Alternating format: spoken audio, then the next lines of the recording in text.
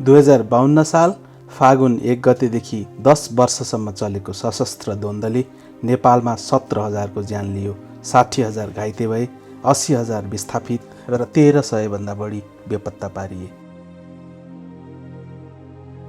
2063 मङ्सिर 5 गते तत्कालीन माओवादी र सरकारबीच भएको शान्ति सम्झौताले सशस्त्र द्वन्द्वको विधिवत अन्त्य गर्यो। शान्ति सम्झौता अनुसार जारी अन्तरिम संविधान 2063 मा सशस्त्र सङ्घर्षका समयमा भएका मानवाधिकार उल्लङ्घनका घटनाहरूमाथि छानबिन गरी दोषीलाई कारबाही गर्ने उल्लेख छ।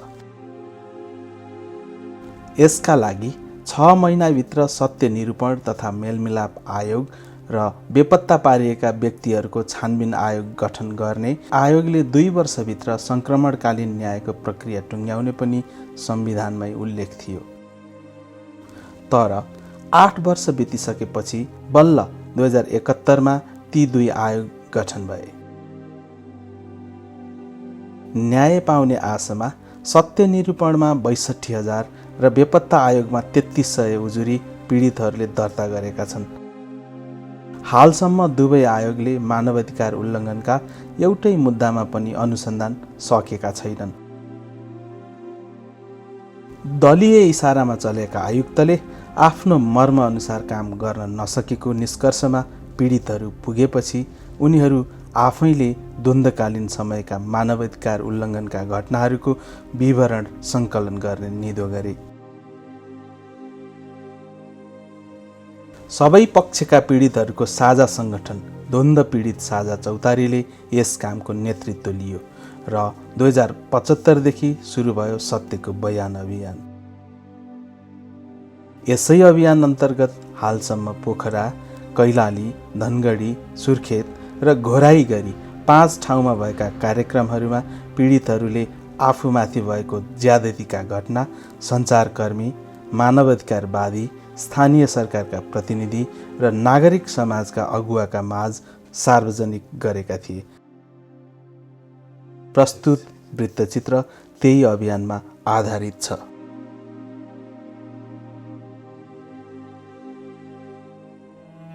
मैले जुन पाएका घटनाका दृश्यहरू एउटा नमुना, सत्य तथ्य नमुना यहाँहरूसँग प्रस्तुत गर्न गइरहेको छु।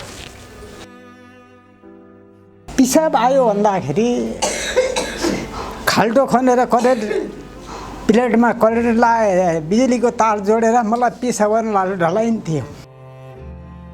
महिलाहरूको सिन्दुर पुछेको छ, पैसा लिएपछि उहाँलाई सन्तोष हुन्छ भनेर राज्यले पैसा दिन्छ। खै हाम्रो चाहिँ सिन्दुर पुछेको त सिन्दुर फेरि आउन। रोल्पा जिल्लामा भनौँ भने 7 दिनको सुत्केरी महिलादेखि लिएर हैन बलात्कृत भएका छन्, अपाङ्ग भएका छन्, धेरै पीडित छ। हामी गाउँमा गएर हेऱ्यौँ भने सानो झुपडी नभएको मान्छे पनि भेट्छौँ हामीले। घाउ र खतहरू सायद डाम हुन् समयको। 10 वर्षे सशस्त्र द्वन्द्वले ग्रामीण नेपाली समाजमा असङ्ख्य पीडा दिएर गयो। धेरैले त यो बिर्सी पनि सके होलान्, तर जिउभरि खत र मनभरि वेदना बोकेर बाँचिरहेकाहरूलाई भने यो जिन्दगीभरिकै दुःख भएर रहनेछ। समयले घाइते बनाएका हजारौं भुइँ मान्छेमा एक हुन् दाङ घोराइका किसान रामजी थारू। उनको घरमा विद्रोही सैनिकहरू बरोबर बास बस्न आउँथे। 2055 साल जेठ 11 गते उनीहरूले बोकेको बन्दुक पड्कियो र रामजी आफ्नै घरभित्र रगताम्य भई ढले। अलिअलि पानी पर्न लाग्थ्यो। म गएर भुटलुकी गएर ओछ्यानमा सुतेँ। सुतेपछि बड्डीले के भनी, ए बड्डा उठ, यिनलाई पठाम्ला र सुटम्ला भनिकन भनी बड्डीले। हुन्छ त पठाम्ला भनिकन उठे। 3 जनाले के बाँधे पश्चिमपट्टि गराएर एकनाले बन्दुक पटक्क भाँच्यो। भाँचेर त्यहाँदेखि त्यो केप निकाल्ने बेला सोझेर पट्क्यो। पट्किसकेपछि म गएँ त्यसको छेउमा पल्टेँ। पल्टिसकेपछि पछाडि हेर्छे बड्डी यति छर्रा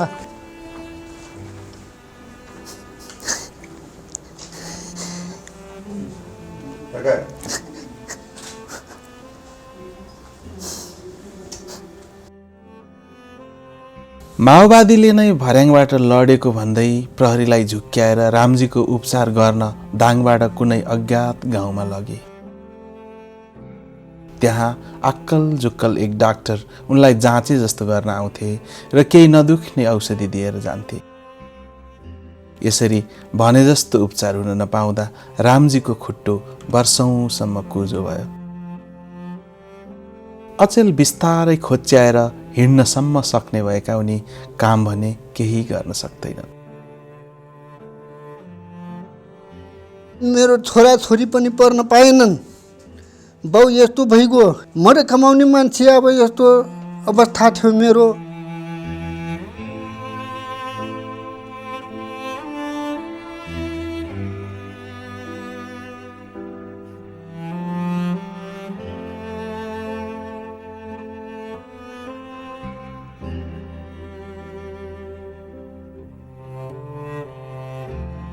प्युठानकी भूमा पौडेललाई बितेको समयले झस्काइरहने यादहरू दिएर गएको छ। उनलाई प्रहरीले माओवादी भएको आशंकामा पक्राउ गर्यो र 6 महिना यातना दियो। यो सम्झदा हरेक पटक उनको मुटुसम्मै वेदनाको सुइरो पस्ने गर्छ। ठाउँ कुनो मलाई केही याद छैन। आँखामा पट्टी बाँधेर त्यो अँधेरोमा रातिमा खोला जस्तो लाग्छ, ढुङ्गा जस्तो लाग्छ, कस्तो कस्तो फुलहरू बसाएको जस्तो लाग्छ। त्यस्तो ठाउँको बाटो हुँदै मलाई तुलसीपुर इलाका प्रहरी कार्यालयमा लगिएको रहेछ। मैले अर्को दिन उज्यालो भएपछि थाहा पाएँ। प्युठानमा हिरासतमा लगिसकेपछि अब यातनाहरू त हुन्थ्यो। सामान्यतः अब हामीलाई बाहिर सुन्नमा आउँथ्यो, प्रहरीहरूले अब महिलाहरूलाई गिरफ्तार गर्थे अनि बिचैमा मारेर फालिदिन्थे भन्ने कुराहरू चाहिँ मनमा आइरहन्थ्यो कि यहाँ पनि त्यस्तै हुने हो कि, यहाँ पनि त्यस्तै भयो भने के गर्ने होला, गर्न सक्छन्, नगर्लान् भन्नु मिल्दैन, गर्न सक्छन्। मलाई पनि त्यस्तो गर्लान् जस्तो मलाई त्यस्तो अप्ठ्यारो डर लागिरहन्थ्यो।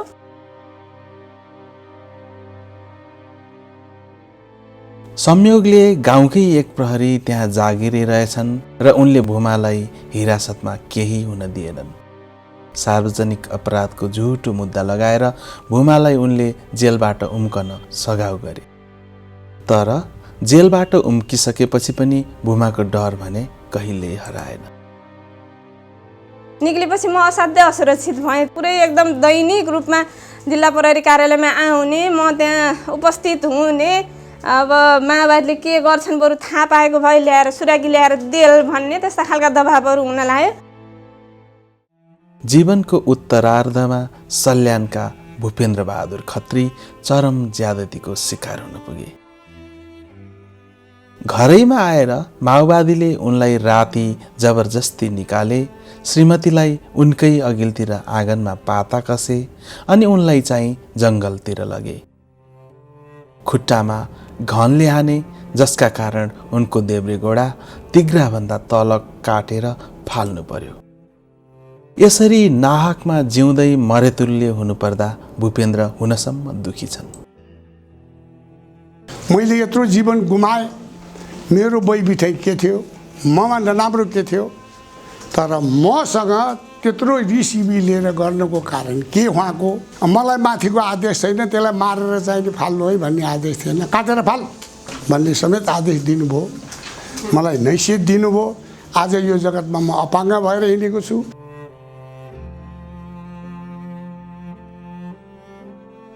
समयले दिएको निलडाम आँसुको घुटको सँगै सहन विवश अर्की भुइँ मान्छे हुन् बाँकेकी उषा दाहाल। म बेपत्ता परिवार, मृतक परिवार, यातना विस्थापित सबै हो। म 2059 भदौ 10 गते मेरो श्रीमानलाई इलाका प्रहरीले बेपत्ता पारेको। अनि मेरो जेठाजुलाई पनि स्कुलबाट 2058 साल पुस 17 गते स्कुलबाट पढाइराखेको अवस्थाबाट उहाँलाई आर्मीले गिरफ्तार गरेर लिएर गएर सन् 2 भाइको केही पत्तो खबर छैन।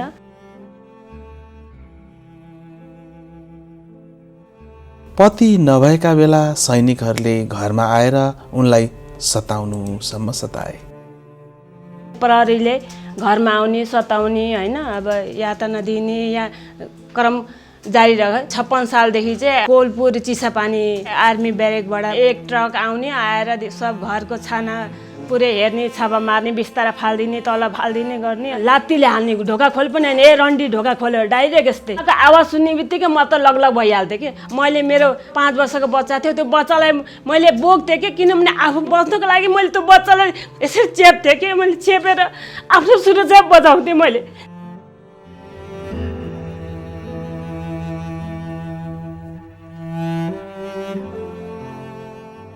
साँझ 8 बजी आउने एकचोटि, 9 बजे राति आउने, त्यसपछि फेरि 12 बजी राति सिधै त्यो हाइवे राजमार्गमा मेरो घर कस्तो थियो भने चाहिँ राजमार्गको रोडको छेउमै छ कि।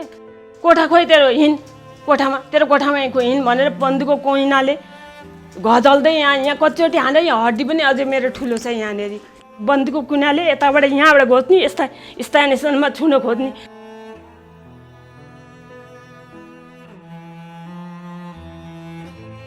पचासी वर्षको सासूले नगर मेरो बुहारीलाई भन्नुहुन्थ्यो, बिचरा त बुढी उता जा भनेर त्यो बुढीलाई धगालेर उता पल्टाइदिने। सासूसँग सल्लाह गरेँ, म यहाँ बस्दिनँ, मलाई यहाँ बस्यो भने मारिदिन्छ मलाई, मेरो बच्चाको बिचली हुन्छ, म बस्दिनँ भनेर अनि म त्यहाँबाट घर छोडेर गएँ माइत। उनका छोराहरू आफ्नो यो हालत गराउने विरुद्ध निकै आक्रोशित छन् र बदलाको भावले अभिप्रेरित पनि। लोग्ने मान्छे रुन हुन्न भन्ने नेपाली आहान छ, तर 59 वर्षीय चुडामणी ढकाल समयले दिएको त्रासदी सम्झदा सधैँ कोक्की रुन्छन्। म एउटा साधारण पत्रिका बेच्ने र पत्रिकाको रिपोर्ट गर्ने। शाही नेपाली सेना र नेपाल प्रहरीले विभिन्न सडकमा विभिन्न किसिमका यातनाहरू दियो। पिसाब आयो भन्दाखेरि खाल्टो खनेर करेन्ट प्लेटमा करेन्ट लाए, बिजुलीको तार जोडेर मलाई पिसाब गर्न ढलाइन्थ्यो। मेरो पिसाब नलीबाट मेरो कुनै दिन पिसाब रोकिँदैन।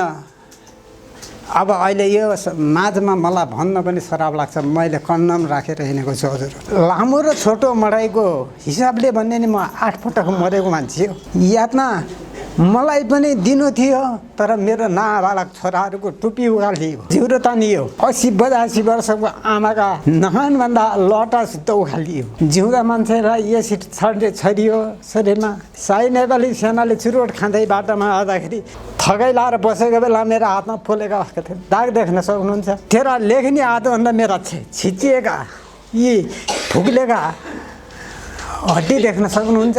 तेरो कलम समात्ने हातभन्दा यहाँ काटेका दाग देख्नुहुन्छ। मेरा नङमा ठोकेका पिनहरू देख्नुहुन्छ। यहाँ पानीमा गाडेर मेरा नाकबाट पानी हाल्दाखेरि म कति पटक बेहोस हुन्थेँ। बेहोस भएपछि मलाई टोइलेटको सेफ्टी टङ्कीमा लगेर फालिदिन्थ्यो। यातनाका कारण श्रवण शक्ति समेत गुमाएका चुडामणीको जीवनका सारा सुख सेनाको बुटले सधैँका लागि खोसेर लग्यो। मेरा छोराहरूलाई स्कुलमा पढ्न जान नसकेर नाम फेरेर अर्को स्कुलमा स्थानान्तर गरेर पढाउन बाध्य बनेको छु। यो द्वन्द्वको बेलाको मान्छे हो, यसलाई हो भनेर मलाई सिफारिस गरेका छन्। मेरा फाइल हराइदिए। 46 वर्षको भनेर मैले निवेदन दिँदा मलाई 346 वर्षको बनाएर मेरो त्यही पनि डकुमेन्टलाई फेल बनाइयो। म छोरा परिवारदेखि अपहेलित किन बन्न थालेँ भने मैले त्यो जुन पढाउने बेलाका बच्चाहरू थिए तिनलाई मैले राम्रो शिक्षा दिन सकिनँ। तपाईँहरूलाई लाग्ला यसले त्यसै भनेको हो भन्ने लाग्छ भने मेरो 346 वर्षको सिडिओ साहबले सिग्नेचर गरेको मेरो बेर भरपाई मागेर लिएर आएका मेरा सबै छन्। मेरा छोराहरूको टाउकाका रोम पनि नआएको रातो दिलजिले टाउकाको खत पनि छ, तपाईँलाई म देखाउँछु। यो 11 वर्ष 8 महिनाका बच्चाको टाउको हो। के मलाई यो पीडा सम्झाएर मलाई आधी मुटुमा ढ्याक्कनु बस्दैन हजुर। म यो पीडाले गर्दाखेरि म डिप्रेसन भएर मेरो आक्रोश आउँछ। मैले त्यसलाई लालन पालन गर्ने बेलामा यस्तोमा उमाउनु पर्दाखेरि सैनिक हिरासतमा बस्दा पर्दा 3टा बाउछरा भएर जाँदा मेरो आत्मा रुँदैन र घल्ला बिहान होइन। म 9 महिनासम्म दैनिक तारिक र 46 दिनसम्म म सैनिक हिरासतमा बसेँ 4 चोटि गरेर। वकिल भएर त्यहाँको विद्यालय व्यवस्थापन समितिको अध्यक्षले खाली कागजमा सही गरेर मेरो छोरालाई मलाई निकाल्नु भएको छ। तारिकमा जाँदाखेरि मलाई दोबारा पक्रिएर पुलिसले पकाएर डिएसपी कार्यालयमा लाने, डिएसपी कार्यालय र सिडिओसँग सम्पर्क गरेर फेरि मलाई ब्यारेकमा लगेर छाडिएको छ। रुकुमका गोपाल प्रसाद शर्मा जीवनका सुन्दर सपनाहरू देखेर थाक्दैनथे, तर सपना देख्ने उनका तिनै आँखामा माओवादीले एसिड खन्याइदिए, जसका कारण यो सुन्दर संसार उनी कहिल्यै नदेख्ने हुन पुगे।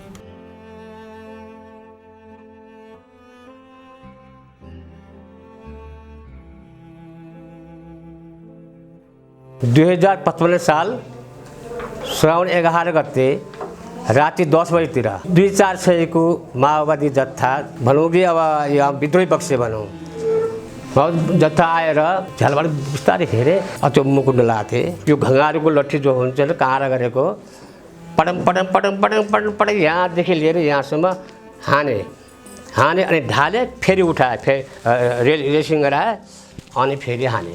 कति रोए होला कराए होला त्यो मलाई यादै छैन, अचेत अवस्थामा भएँ।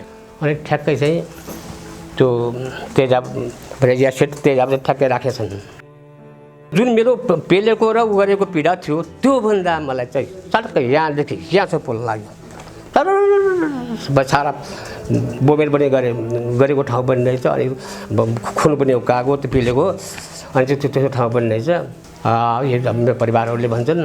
अनि मलाई के लाग्यो भन्दा त्यतिखेर पहिले खुकुरी पनि ल्याएको थिएँ बगालले, अनि मैले मेरो आत्मामा आवत हुँदै आउँदैन, आत्मामा त्यो खुकुरले टुप्पो आँखा तानेर लगिहालेँ भन्ने मलाई महसुस भएछ। अनि मलाई याद छैन, फेरि म अचेतमा छु पनि मैले भनेछु, ए त्यो बिचमा त्यो दानवहरूको आँखा लैहाल, मलाई नरेट सिद्धाइदेऊ।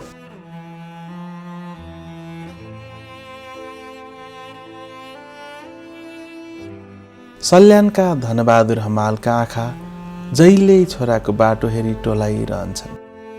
9 कक्षामा पढ्दा उनका छोरालाई माओवादीले अपहरण गरी लगेका थिए, जो आजसम्म आएका छैनन्।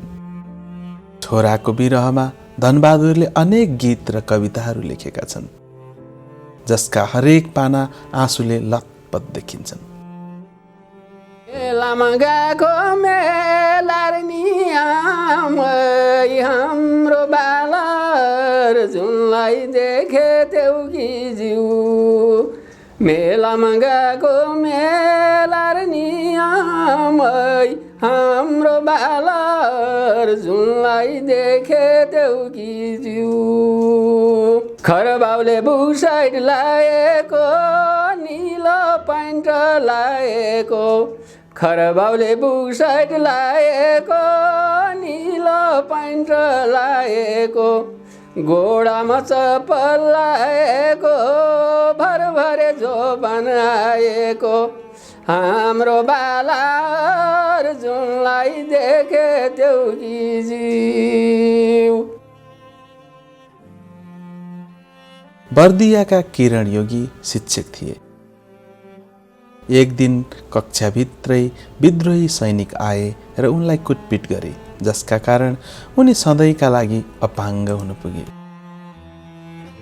मलाई यहाँ टाउकोमा गोली हान्नुभयो, यो मेरो टाउकोमा अहिले पनि खाल्टो छ, गोली अहिले पनि मेरो टाउकोमा छ। त्यो गोलीको कारणले गर्दा मेरो यो बायाँ हात र खुट्टा प्यारालाइसिस भएको छ पूर्ण रूपमा। त्यसपछि म 23 दिनसम्म बेहोसी अवस्थामा रहेँ।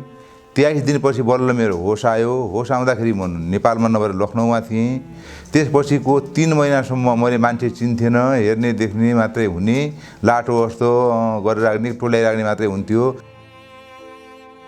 योगीलाई आफू यसरी बर्बाद हुन पर्नाको कारण के होला भन्ने प्रश्नले जहिल्यै पिरोलिरहन्छ। मैले के अपराध गरेँ त? मैले कसको छोरीबेटीलाई बिगाडेँ, कसको सम्पत्ति खाएँ, कसलाई बम ब्लास्ट गरेँ, होइन?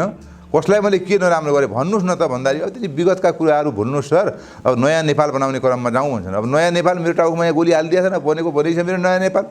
हात पनि लाग्दैन, खुट्टा पनि लाग्दैन, उठ्दा बस्दा मान्छे चाहिन्छ, टाउको दुख्ने समस्याहरू आइरहेको छ। जतिखेर म घाइते भएँ त्यतिखेर बर्दियाको सिडिओ प्रमुख जिल्ला अधिकारी नरेन्द्र दाहाल हुनुहुन्थ्यो। उहाँले मलाई आफ्नो कार्यकक्षमा बोलाएर के भन्नुभयो भनेपछि, तपाईँलाई आजबाट सुरक्षा दिन पनि सकिन्न, जागिर खुवाउन पनि सकिन्न, आफ्नो व्यवस्था आफै गर्नु होला, ल भन्नुहोस्। अब हाम्रो सुरक्षाको ग्यारेन्टी कसले दिने? बिना कारण अहिले 17 वर्ष भयो हेर्नुहोस् मलाई जागिरबाट हटाएको, कुनै कारण त हुनु पऱ्यो नि। रिस भनेको माओवादीप्रति छैन, हेर्नु राज्य, यो देशको राज्यप्रति छ। दाङ तुलसीपुरका बलसुन्दा चौधरी वर्षौँदेखि वेदनाले व्यथित छन्, जसलाई विगतको त्रासदीले सधैँ भित्रैदेखि हल्लाइरहन्छ। अब कहिलेकाहीँ बजार जानु पर्यो भनेपछि गाउँको नाउँ भन्न पनि डर लाग्ने भइगयो। पछि दुरुवा पाँच परुवा नभनेर दुरुवा मात्रै भनिन्थ्यो, कहिलेकाहीँ दराले पिर्छन् कि भनेर। गाउँको खोली किनारमा उनी छिमेकीहरूका साथ 2059 भदौमा एक सांस्कृतिक उत्सव मनाइरहेका थिए।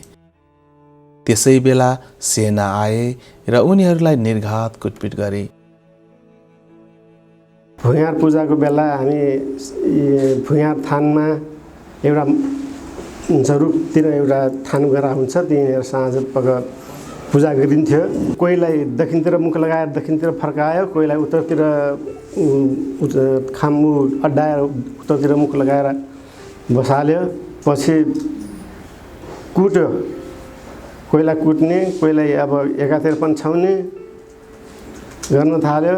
पछि अन्तिम बेला मेरो पालो आयो, पिट्नुलाई कुट्नु लायो, म चिच्याउनु लाएँ, अझ रुन्छ भनेर भन्यो। कुलामा खोलामा लगेर चुबी मार्यो। सल्यानका चक्रपाणी शर्मा कुनै समय देशको भूगोल खुट्टैले नाप्थे। अहिले भने उनी उठेर एक पाइला सार्न नसक्ने अवस्थामा छन्। 2061 चैत 25 गते रुकुमको खारामा विस्फोट भएको बमले घाइते भएका उनी फेरि कहिल्यै उस्तै नहुने गरी बिस्तरा परे। मेरो अवस्था देखिराख्नु भएको छ, मेरो स्पाइनल कर्डमा समस्या हो र बमको धमाकाले फालेको हो। अनेक ओखतिमुलो गर्दा पनि निको हुन नसकेका शर्मालाई परिवारजनको सहारा बिना एक क्षण पनि गुजार्न मुस्किल छ। पढ्ने लेख्ने उमेरका छोरीहरूले उनलाई वाकरमा सुस्त पाइला चाल्न सघाउँछन्। तर यसो गर्दा उनीहरूको पढाइमा भने जति समय भने जान पाएको छैन। कमाउने एक्लो मान्छेको यो हाल हुँदा उनको परिवार आर्थिक अभावमा समेत छ। साह्रै समस्या छ के, साह्रै समस्या छ। उहाँलाई दिशा पिसाब सुद्धा बनाउनु पर्छ। उहाँको अवस्था त्यस्तो छ। अब अगाडि होइन गर्ने कमाउने मान्छे पनि कोही छैन। सबै अब आफैले यताउता गर्नुपर्छ। अलिअलि गर्थेँ, उही पनि आफ्नो अब फेरि बिरामी भइरहने, मेरो पनि स्वास्थ्य त्यति राम्रो छैन। हात खुट्टा दुख्ने अनि यो यताउता भइरहने। त्यहाँबाट अपरेसन भयो भर्खरै अहिले पेटको फाटेहरूको। यस्तै साह्रै समस्या छ। 5 बहिनी छोरीहरू छन्। अब गर्ने कमाउने मान्छे छैन। राज्यले जति गर्नुपर्ने उति गरेन। पहिला त अब अलिअलि यताउता हुन्थ्यो, गर्थ्यो पार्टीले, अब त पार्टीले पनि गर्न छोड्यो। राज्यले अब सरकारले गर्नुपर्ने हो। हाम्रो सबै छोराछोरीलाई यिनलाई पढाउने व्यवस्था हामीहरूको सबै यताउता गर्नुपर्ने हो। केही पनि गरेन के। यो सब अवस्थाका बावजुद पनि बितेको समयप्रति गुनासो गरेर आँसु खसाल्न भने शर्माको आत्मसम्मानले अस्वीकार गर्दै आएको छ। हामी पीडित छौँ होइन, हाम्रा कुराहरू सुनिएका छैनन् अनि हाम्रा मुद्दाहरू चाहिँ यहाँ सुनवाई भएको छैन। यो कुरा सत्य कुरा हो। मेरो स्पाइनल कर्डमा चाहिँ समस्या छ। अब मेरो जस्ताको तस्तै स्पाइनल कर्ड बनाइदिए भनेर राज्यसँग मैले माग गरेँ भने त्यो अवैज्ञानिक हुन्छ र निरपेक्ष हुन्छ। त्यसरी म चाहिँ जान चाहन्न। विगतमा जे भए पनि अहिले भइरहेको कष्ट हटाउन राज्यले सघाउनु पर्ने उनी ठान्छन्। मलाई हिँड्न घुम्न साह्रै गाह्रो छ। मलाई एउटा स्कुटी होइन 4 पाङ्ने स्कुटी राज्यले दियो भने मैले गर्व गर्नुपर्छ। आँखा नदेख्नेलाई के आवश्यक छ होइन, त्यो कुरालाई चाहिँ ग्रहण गर्ने कुरा हुन्छ। अर्को कुरा, राज्यले अथवा हाम्रो सरकारले न्याय हामीलाई गरेको छैन। यो कुरा सत्य हो। फेरि है राज्यबाट अथवा सरकारबाट हामीले न्याय पाएका छैनौँ। हाम्रा समस्या के हुन्, हाम्रा समस्या हामी कसरी समाधान गर्न सक्छौँ र हामीले दबाब दिने निकाय कहाँ हो? जो पीडित हुन्छ त्यसले न्याय पाउनुपर्छ। आज त्यो होइन, पीडित पक्षले न्याय पाएको छैन। अब हाम्रा छोराछोरीको पढाइको ग्यारेन्टी छैन अनि हाम्रो स्वास्थ्य उपचारको ग्यारेन्टी छैन। त्यो त राज्यले सोच्नु पर्यो नि, सरकारले सोच्नु पर्यो। दाङकी सीता चौधरीलाई थाहा छैन किन सैनिकहरूले उनको सुन्दर संसारलाई तहस नहस पारे। किन उनले जिन्दगीमा यति धेरै दुःख पाउनु पर्यो। पति माओवादीमा लागेको भन्दै सेनाले राति राति घरभित्र पसेर उनीमाथि असङ्ख्य दुर्व्यवहार र पटक पटक कुटपिट गरे। तेरो बुढा माओवादी छ, हामीले तँलाई बचान्नौँ, तँलाई मारिदिन्छौँ भनेर घरभित्र गएर मलाई कुट्या। तेरो बुढा माओवादीमा हुने, तैँले घर बसेर खाने भनिकन मलाई तेरो बुढा आएपछि मलाई भनेस् भनिकन मलाई घरमा गइकन कुट्यो। रात दिन गइरहने, घर घेरा हालिकन कहिले अब भाजीको साग बाहिर सुका हुन्थे, राति गइकन त्यही भाजीको सागमा पिसाब फेरिदिन्थे। राज्यले केही सुन्दिन्न, नसुनेपछि हामीले के गर्यौँ? हुन त म क पनि परेको छैन, आफ्नो नाम पनि सिग्नेचर गर्न सक्दैन मैले।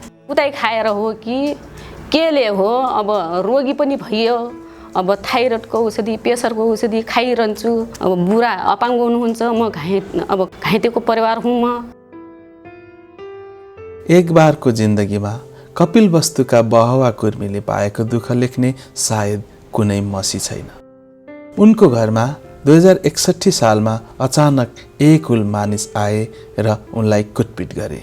त्यो निर्घात कुटपिटले कुर्मी सधैँका लागि घाइते भए। गल्ती सल्ती केही पनि सोधेन, ल हान हान। एउटा मान्छेलाई यस्तो पक्रेर यस्तो ढकेलिदियो। हामी यस्तो गिर्ने बेलामा हेर्नुहोस्, यहाँ यो बन्चरो लिएर हाने छन्, यो अङ्गुलो यस्तो हुँदैन। त्यो हेर्नुहोस् यताको यो बाटा, यो दुई तरफबाट यो अलग अलग भएछ। यो दुईटै अलग अलग भएछ, दुनु तरफबाट यो टाँका लगाएर जोडेछन्। एउटा उङ्ला एकबाट पटक यहाँबाट गएछ, यहीँबाट छाला मात्रै छ, यहाँबाट फेरि अलग भएछ। छाला मात्रै छ, त्यो डाक्टर हेर्छ, यो के गर्ने? अब यहाँ मासु भएछ भने जोड दिनलाई राम्रो हुन्छ। हामीले फालिदिनुहोस्, यो काम दिन्न फालिदिने। अब फाल्यो भने यहीँबाट फालिदियो। हामी आजसम्म केही पनि सुक्खा पनि पाए छैन औषधि गराउनको लागि। बन्चरो लिएर काट्यो। यो दुनु खुट्टा हेर्नुहोस्, यताबाट हानेछ, यताबाट हानेछ। यो खुट्टामा यहाँ हेर्नुहोस्, यो हिल छ है, यो दुनै तरफबाट काट्यो। 8 घाउ मारेछ। एउटा यहाँको यो हामी पाँजर भन्ने, हजुरहरू केरङ के भन्ने हुन्छ, यो हड्डी यहाँको यो त्यो पनि भाँचेर यस्तै हिल्छ। त्यो अन्य बेलामा यो हाम्रो देहीमा अलिकति केही पनि गर्न सक्ने हुन्न। अब हेर्नुहोस्, खाना पनि खान गाह्रो हुन्छ। कसरी यसो खाना खान सक्छौ? चिम्मल लिएर खान्छु म। यो हात यहाँ पनि भाँचे छ, बन्चरोले तोडेछ यहाँ। निद्रा पनि रातमा आउन यति दुख्छ, अब रातिभर दुख्छ। त्यो औषधि खान्छु, घरमा राखेछु। औषधि खाएर अलि सन्चो हुन्छ, जहिले पनि औषधि खतम हुन्छ, एकदम बिमारी जस्तो हुनुपर्छ। जनयुद्धको उद्गम रोल्पामा असङ्ख्य केटाकेटीहरूले पढ्न पाएनन्, किनभने विद्रोहीहरूले कलम खोसेर तिनका हातमा बन्दुक थमाइदिए। तिनै मध्येकी एक थिइन् कमला बुढा मगर, जो सानैमा बाल सेना हुन पर्यो र सैनिकको गोलीको शिकार पनि। यताबाट आर्मी, उताबाट माओवादी, जानुपर्ने कहाँ? आर्मीमा जानलाई चाहिँ हाम्रो क्षमता भएन होइन। हामीलाई माओवादीमा जानुपर्छ भन्ने मान्यता भयो, गयौँ, लड्यौँ होइन, बलिदान पनि गऱ्यौँ। उनको घाँटीमा गोली लागेको छ, जसलाई उनी केही भएको छैन जस्तो गरी छोपेर हिँड्छिन् अचेल। मेरो पछाडिबाट हेर्दा नि मैले कहिले पनि यो कलर नभएको कपडा लाउन मिल्दैन। के भयो भने साथीहरू के भयो भन्छ भन्दाखेरि मलाई जनयुद्धमा लडेको भन्न त लाज लाग्छ नि त मलाई। होइन, म सानो छ नि, भर्याङबाट खसेको, त्यही भएर यस्तो अपरेसन गरेर लखनऊमा गएर भन्छु क्या मैले कुनै साथीहरूलाई। त्यस्तो खालको अहिले अर्कै खालको महसुस हुन्छ। यो पीडा बोकेर बसिरहेका असङ्ख्य घाइतेहरू छन्, जो राज्यले उचित उत्तरदायित्व निर्वाह गर्न नसकेकामा ज्यादै आक्रोशित छन्। बदलाको भाव पनि राखेका छन् बच्चाहरू। अब किन मेरो त जवान बस्छन् बच्चाहरू, सबै बच्चाको एउटै सोच हुँदैन होइन। ठुलोले भन्दा सानो अलि आक्रोशित छ कि म त्यसलाई मारेर छोड्छु भनेर अझै आक्रोश राखेको छ। आफ्नै गाउँको पुलिस हो, तर काठमाडौँ बस्छ। अहिले त्यो डरले यहाँ बस्दैन क्या गाउँमा। अब मैले नगर, अब जे भयो भयो, अब त्यो खुनले खुन गरेर बदलाको भाव गरेर हुँदैन। अब यही गाउँमा बस्नुपर्छ, त्यस्तो गर्नुहुन्न भन्छु। त बच्चाहरू कहाँ मान्छन्? आज हामीलाई टुरो बनाउने के गल्ती थियो मेरो बुवाको? अनि आज मलाई 7 वर्षमा टुरो बनाएर मैले पढ्ने चिज पढ्न पाइनँ, मैले जान पाइनँ, मैले बुवा भन्न पाइनँ, मैले बुवा भने मैले जान्ने भएर मैले बुवाको माया पाइनँ भने चाहिँ मलाई यस्तो गर्ने भनेर आक्रोशित हुन्छ है सानो बाबु चाहिँ। अन्यायले चराइरहेको घाउमा उनीहरू राज्यको स्नेही मलम चाहन्छन् र चाहन्छन् एक न्यायपूर्ण व्यवहार। हिजो द्वन्द्वमा म मात्रै परेन, म जस्ता थुप्रै दाजुभाइ दिदीबहिनीहरू बुवा आमाहरू पर्नु भएको छ। कोही पुलिसले हानेको छ, कोही आर्मीले हानेका छन्, कोही माओवादीले हानेको छ, कोही काङ्ग्रेसले हानेको छ, कोही कसले हानेको छ, कोही अज्ञात समूहले, जसले हाने पनि आखिर युद्धरत समयमा हानिएका थिए। कोही खेत जोत्न लागेका किसान थिए, तपाईँको दाङको यही घोराइमा कपासी बगिया भन्नेमा 18 जना थारू परिवारका मान्छेहरू मारिएका थिए होइन, सुन्नुभयो होला। भनेपछि यस्ता यस्ता घटनाहरू जुन घटे नि, त्यो घटनाको जिम्मेवारी कसले लिने त? हामी त यो देशका नेपाली हौँ, देशका नेपाली हौँ, नेपालमा बस्छौँ भनेपछि हाम्रो सुरक्षा त नेपाल सरकारले लिदिनु पऱ्यो नि। भित्रबाट पोलिटिकलले पनि राहत पाएका छन् भने असली द्वन्द्व पीडितले हामीले राहत पाउन सकेछन्। किन त सरकारमा किन यस्तो कमजोरी? सरकार भनेको त जनताको सुरक्षा भनेर सरकार भनेको होइन। त्यो सरकारले जसरी पनि द्वन्द्व पीडित सत्य तथ्य द्वन्द्व पीडित को हुन् र कस्ता हुन् भन्ने कुरा त्यो ल्याउनु पर्यो र सत्य तथ्य थाहा गर्नु पर्यो।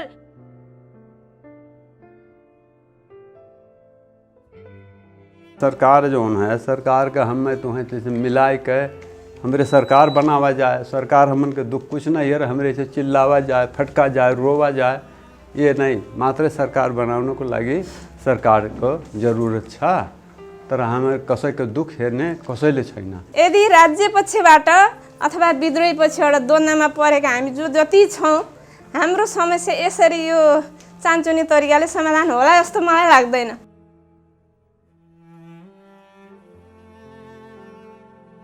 यी पीडामा मलमपट्टि लाउन चाहे राज्यले गरेको हो चाहे विद्रोही पक्षले गरे पनि जुनसुकै भए पनि सरकारमा ओझामा जुन सरकारमा हुन्छ उसले क्षतिपूर्ति दिन न्याय दिलाउनु पर्छ भन्ने मेरो मान्यता छ। हामी यस्ता द्वन्द्व पीडितले चाहे राज्य होस्, राज्य पक्षबाट होस्, चाहे त्यो माओवादी पक्षबाट होस्, जुनसुकै पनि एउटा द्वन्द्व परेका साथीहरू छौँ, जसले पनि न्याय पाउनुपर्छ, राहत पनि पाउनुपर्छ। जो मान्छेले उसले दुःख गरेकै छैन त्यो मान्छेले राहत पाउनु, जो मान्छेले युद्धमा गएर बलिदान गर्यो, जो मान्छेले हैन हरेक ठाउँमा दुःख पायो त्यो मान्छेले किन पाएन? त्यसमा चाहिँ राज्यको आँखा जाओस्। हामीलाई नभए हाम्रो भावी हाम्रा सन्तानहरू त पढ्ने भइसके। यिनी बच्चाको लागि केही न केही सरकारले हेरोस् र बुझोस् र यिनी कुराहरू सुनोस्, सरकारको घैँटामा घाम लागोस् भन्ने मात्रै हो।